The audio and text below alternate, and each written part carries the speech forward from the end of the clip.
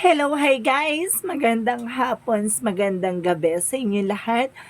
This is June from Masagari Channel, a faith healer, also mata reader. So ngayong hapon na to, tignan natin na nagsasabihin sa inyo ng ating mga gabay. This is um, weekly gabay for the month of December 1 hanggang December 7 for the sign of Capricorn. So Capri, welcome to my channel. Ano kayang messages, advices sa spirit guides ang ating masasagap for today's video? Kanina naman kayang energy or kaganapan sa buhay ng mga Capricorn ang ating masasagap at ating mahagilap. So guys, this reading is a reading namang hindi lahat makaka-resonate. Kunin lamang po ang makaka-relate sa inyo and comment down below kung kaninong energy ang ating nasagap. And of course, don't forget to like and subscribe my channel and hit the notification bell for more videos update. And of course, maraming salamat po sa mga walang sawang pagsuporta sa aking channel, lalo na yung direct-skip ng ads. Naway pagpalain po kayo ng Diyos at may kapal, siksik diglig nag-uuma po ang biyayang manumbalik sa inyo. So, kumapit-kapit ka dahil ito namin sa'yo ng ating mga gabay.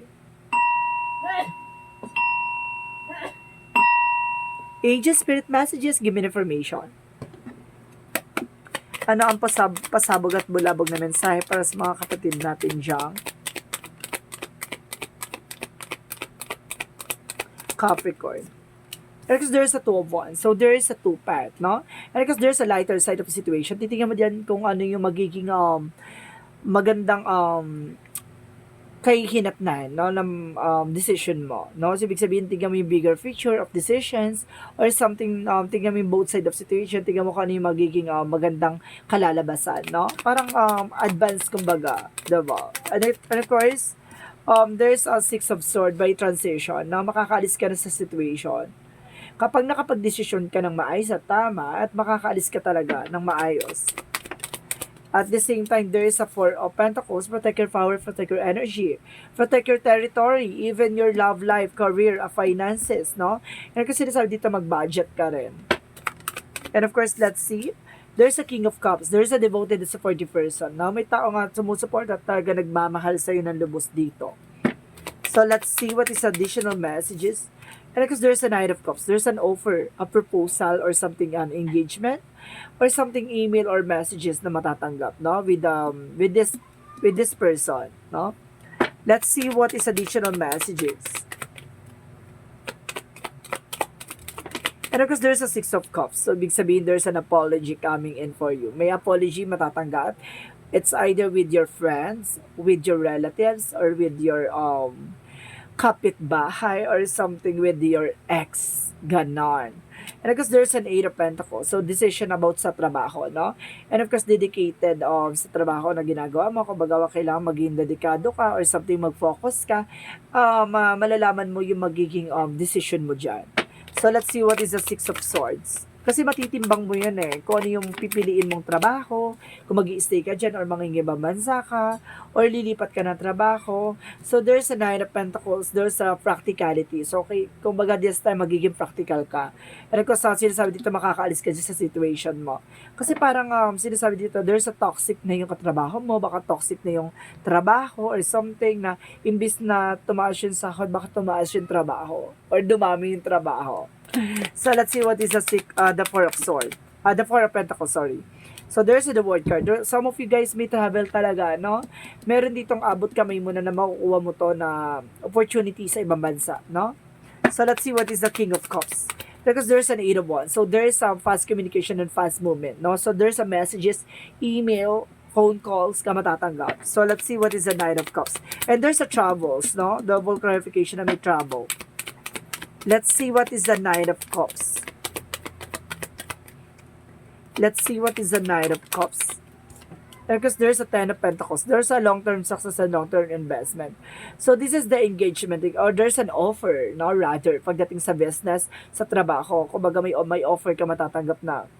Or there's a Nine of Pentacles, sorry. There's a Nine of Pentacles. There's a blossoming abundance. So, magiging masagana ang iyong negosyo or trabaho, no?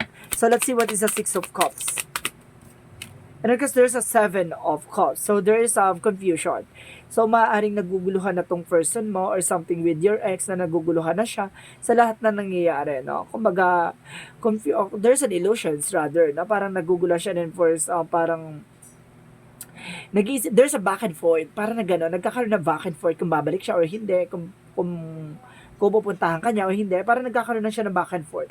So let's see what is the Two of Wands and of course the Eight of Pentacles. Because there's a Page of Swords, there's an information, no? Marami kang makukuha informasyon dito na alam mong magkakaroon ka ng growth and expansion pagdating sa trabaho, no? So let's see what is the Six of Swords and the King of Pentacles. Because there's a Knight of Wands. So there's an offer, no? And of course, slow and steady. So ibig sabihin nito, kung panatiling kalmado sa lahat ng eksena, maging practical sa kung ano man desisyon, sa kung ano man ang nangyayari sa'yo, kumbaga, mapanatiling kalmado. So let's see what is the Four of Pentacles and the World card. And of course, there's a Three of Wands. So there's a trouble. Guys, there's a threefold clarification na there's a trouble. Waiting for a ship or waiting for a result. So, big sabihin, nag-aantay ka na lang ng tawag or something, phone call or email or messages or something bisa, no? Na makakaalis ka na. So, let's see what is the Eight of Wands and the King of Cups. Let's see what is the Eight of Wands and the King of Cups. And of course, there's an Ace of Pentacles. So, there's a big opportunity coming in for you. So, ito yung magdadala sa'yo ng bagong oportunidad. Malaking sahod, no? Malaking sahod and malaking opportunity sa ito para magkaroon ka ng growth and expansion. Even, baka dito mo makilala tong person na to. So, let's see what is the Knight of Cups and the Nine of Pentacles. Because there's a Five of Cups, no? So there's a moving on, there's a moving forward. So looking forward ka dito na kumbaga magkakaroon ka ng good opportunity na magyayabong or lalakas ang iyong business or finances, no? Kumbaga there's a promotion or there's an offer, no? Or there's a business trip rather, or something na sinasabi dito na may mga bagay or opportunities sa'yo na, diba, na kailangan mo na i-let go. So let's see what is the Six of Cups and the Seven of Cups. And there's a Death card. So, there's an ending and a new beginning. So, maaaring natapos na ang inyong relasyon with your ex na dapat ay tapos na at magkaroon ng panibago eksena. Transformation na baguhin na yung mga eksena na hindi na mauulit yung mga nakaraan, no? At mapunta sa kasalukuyan. Diba? Kumbaga, maging lesson na yan sa'yo na kumbaga madala ka na yung mga kabiguan at pagkakamali ay hindi na muling maulit. So, let's see what is the outcome.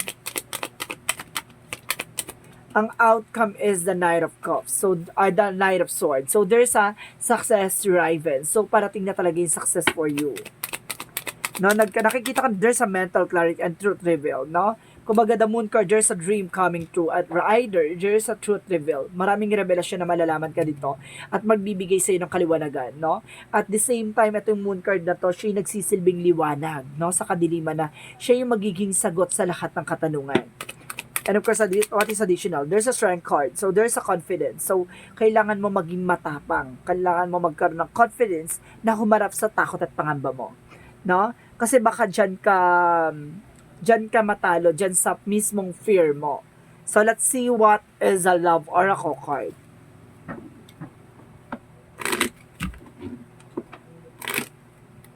Let's see what is the Love Oracle card. And of course, there's a coffee cup. There's a meeting and conversations, no? And of course, there's an engagement ring. There's a union or something engagement or partnership, no? May bago talagang pag-ibig dito na magdadala sa'yo ng commitment. So, let's see what is the Yin and Yang Oracle card. What is the Yin and Yang Oracle card? There's a close off. So, there's a guarded. Protectionan mo yung sarili mo, no? Additional messages. And there is a disharmony trigger. So, ibig sabihin, nagtitrigger dito yung mga complications, no? Na, parang inaano ka na, wag ka na ulit magtiwala, ganon. And of course, I told you, there's a temptation, no? Na malapit yung tukso. Parang titignan dito kung marupok ka. Ganon. So, let's see what is magical fairy messages. Magical fairy messages for you. And there is get some exercise. So, some of you guys, kailangan mo na exercise. As your body becomes stronger, you begin to feel stronger in all ways. So, kailangan palakasin, patibayin, no? So, let's see what is chakra messages for you.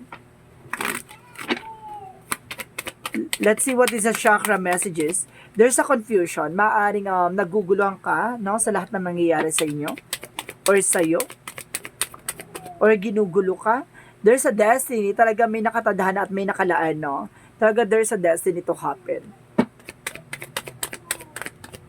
And of course, sa dito, there's a creation. So, kumbaga, ito yung ibibigay at gawa ng ating poong may kapal, no? Na, kumbaga, ibinibigay sa'yo yung bagay-bagay na, kumbaga, mabubuo mo, no? At talaga nakalaan sa'yo. There's a destiny, there's a creation. Kumbaga, may mga bagay na magagawa ka, no? In a good things. And of course, there's a confusion.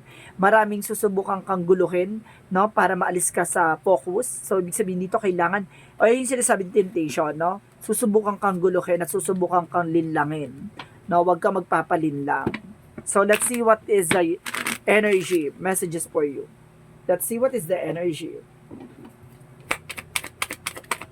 And kasi sabi dito, there is an angel of love. So, there's a love involvement. No? May tao talaga magmamahal sa'yo.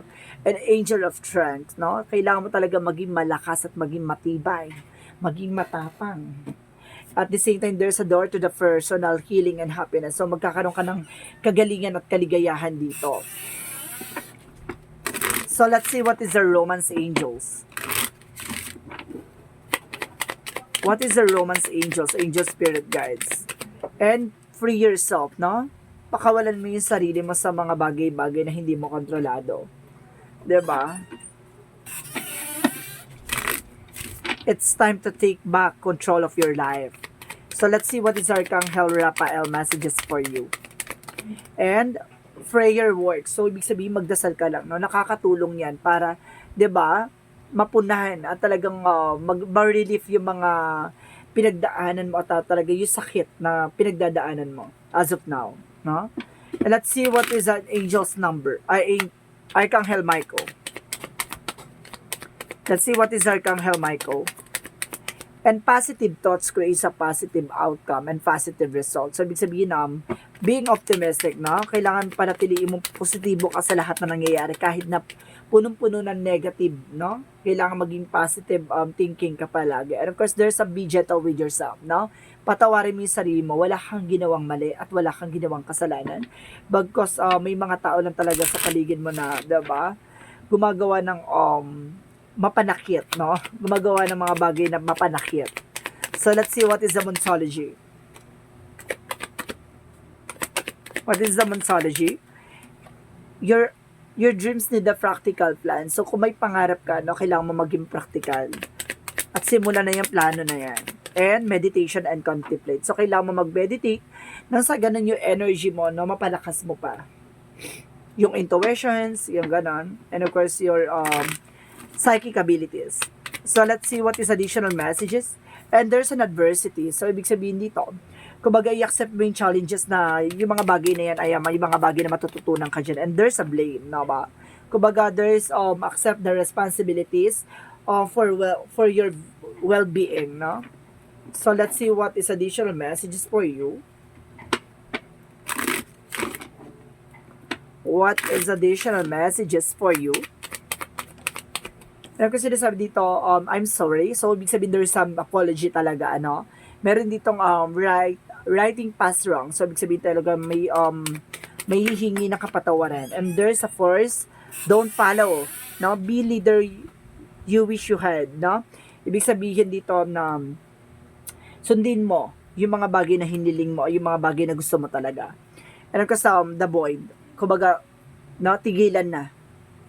Putulin na yung pattern na yan, na alam mong hindi makakatulong sa'yo. The void. Stop the pattern. So, let's see what is additional messages. Stop the pattern like I said na parang wag ka nang bumalik sa nakaraan mo. No? Parang sinasabi dito na maging lesson na sa'yo yung mga bagay na nangyari sa inyo from the past. No? May mga bagay na nangyari sa inyo na nagbigay ng kaguluhan sa isip at sa puso mo na kailangan mo na mag-take ng action na mag-looking forward, no? Na at muling bumangon. And of course, there's a speaker. No? Kumbaga, gamitan mo itong, kumbaga, yung sarili mong inner voice, no? Para maunawaan mo yung mga bagay-bagay na nangyayari sa'yo. And of course, there's a nutrition. Kailangan mo rin ng masusustansyang pagkain like fruits and vegetable. At makakatulong yan, no? Para sa stress, no? So, let's see what is additional messages. And there's a dream guide for teachers. So, ibig sabihin nito, parang parang tinuturuan ka o tinutulungan ka para maging malakas at para malaman mo yung mga pasikot-sikot at totoong klase ng buhay. 'Di ba? Maraming mapanlinlang, maraming mapanakit, no? Doon ka susubukin kung paano ka palalakasin. Kasi the pain is the power. So let's see what is the Jesus loving quotes. And with God, all things are possible. So, pagdating sa ating Panginoon, lahat ng mga imposible ay posible. Tandaan mo yan. So, there's an angel's number. So, mag-isip ka guys na magiging question mo regarding kung ano man yung gusto mo itanong. So, bibilang ko ng 5, kailangan nakapagtanong ka na. Okay? Ay, nakapag-isip ka na ng tanong. So, 1, 2, 3. So, okay, laban na natin to. Okay. Angel's answer, given information. Tingnan natin na magiging kasagutan sa iyong katanungan. And there's a romance, no? May taong nakalaan para sa'yo. May pag-ibig. There's a destiny. At the same time, give me information. Angel Spirit Guides. Angel Spirit, please give me information. There's a remain a positive. See? Sinasabi talaga na energy dito na kailangan mo maging positibo sa lahat ng bagay. No? And there's a year from now. So, ngayong taon na to, no? Sinasabi dito, ngayong taon na to, kailangan mong manatiliin maging positibo sa lahat na nangyayari sa yung sa likod na nangyayari sa inyo, no? Kailangan mo laging positive ka lang. So, let's see what is the angel's number. Let's see what is the angels. There's a 9. I am compassionate. So, sinasabi dito, guys, it's your compassion that makes you shine. You are devoted to helping the greater good and have a strong talent for speaking up for others, and your soul is most satisfied when you are being service. So, sa some of you guys, public servant or something services, yung trabaho, or something nakakatulong ka sa ibang tao, no? Na kumbaga, nasa puso mo talaga yung tumulong, no? Either you are kumbaga caregiver, OFW, na kumbaga services and trabaho na nakakatulong ka, even yung mga yung mga teachers or professor na kumbaga compassion and of course talagang devoted talaga sa mga trabaho at ginagawa nila. So let's see what is the messages of life.